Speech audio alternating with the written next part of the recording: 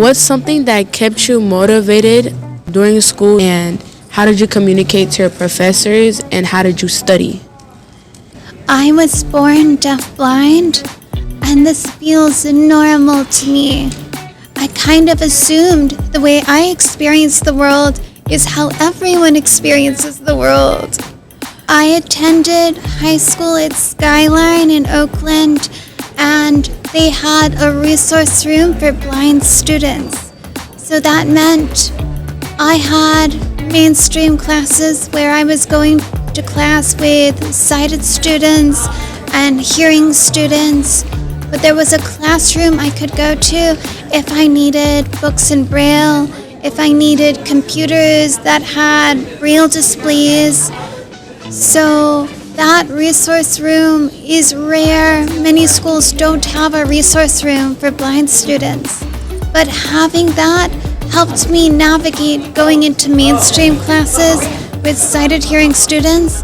And then if I needed Braille, tactile graphics, so graphs that you can feel, so you can feel like what's in a scientific figure, then I could get that from the resource room and go to my mainstream classes. Seeing that you wrote a book, what was the most challenging thing about writing the book?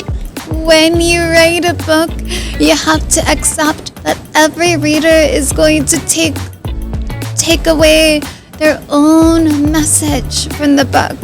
You have to give up control of the book once you publish the book, and it's true for all forms of art.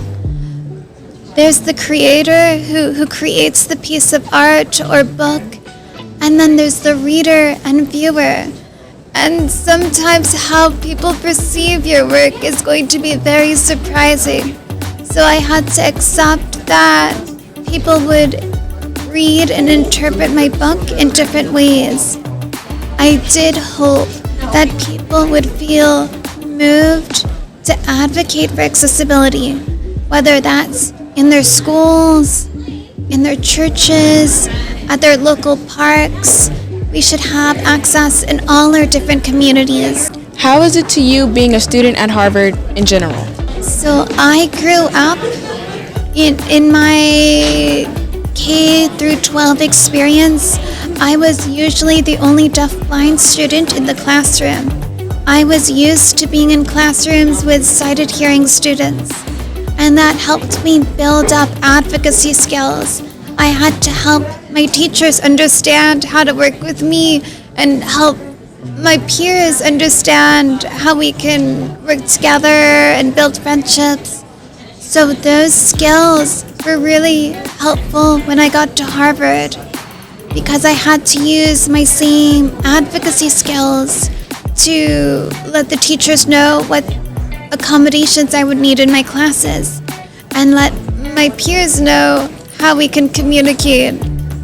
Thank you. If you had one word to explain your experiences in high school and college, what would it be and why? Surprising.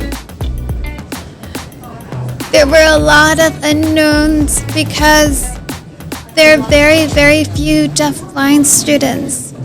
And a lot of schools would say, no, we can't teach you, we don't have the special training, or they'd come up with all kinds of excuses why they couldn't have me in their school. The college I went to, they'd never had a deafblind student before. They've never had a Braille reader before. But they said, we'll figure it out. Everyone deserves to learn. We'll figure it out. And they did research, and they figured out how to create Braille. They bought an embosser, a Braille printer essentially, and they bought translation software that converts print to Braille. So when an instructor had an assignment, they would send it to the Braille specialist who would convert print to Braille. So I had all my textbooks, assignments, articles, all of that was in Braille, so I could participate in my classes. Accessibility is not as hard as it seems. The challenges are not as hard as they seem. A lot of things are intimidating and overwhelming at first, but if you take the time to tackle them and plan solutions, it becomes easier. It's kind of like writing a book. Writing a book feels overwhelming at first, but if you break it down into chapters and you write one chapter at a time, you'll make your way through it. Thank you. Thank you.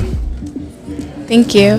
Thank you for being here, and thank you for having the time to make this interview with us. And we're really happy to have you here and hope we see you again.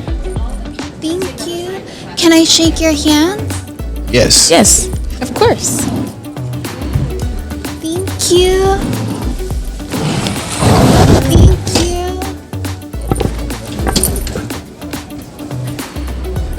Thank you.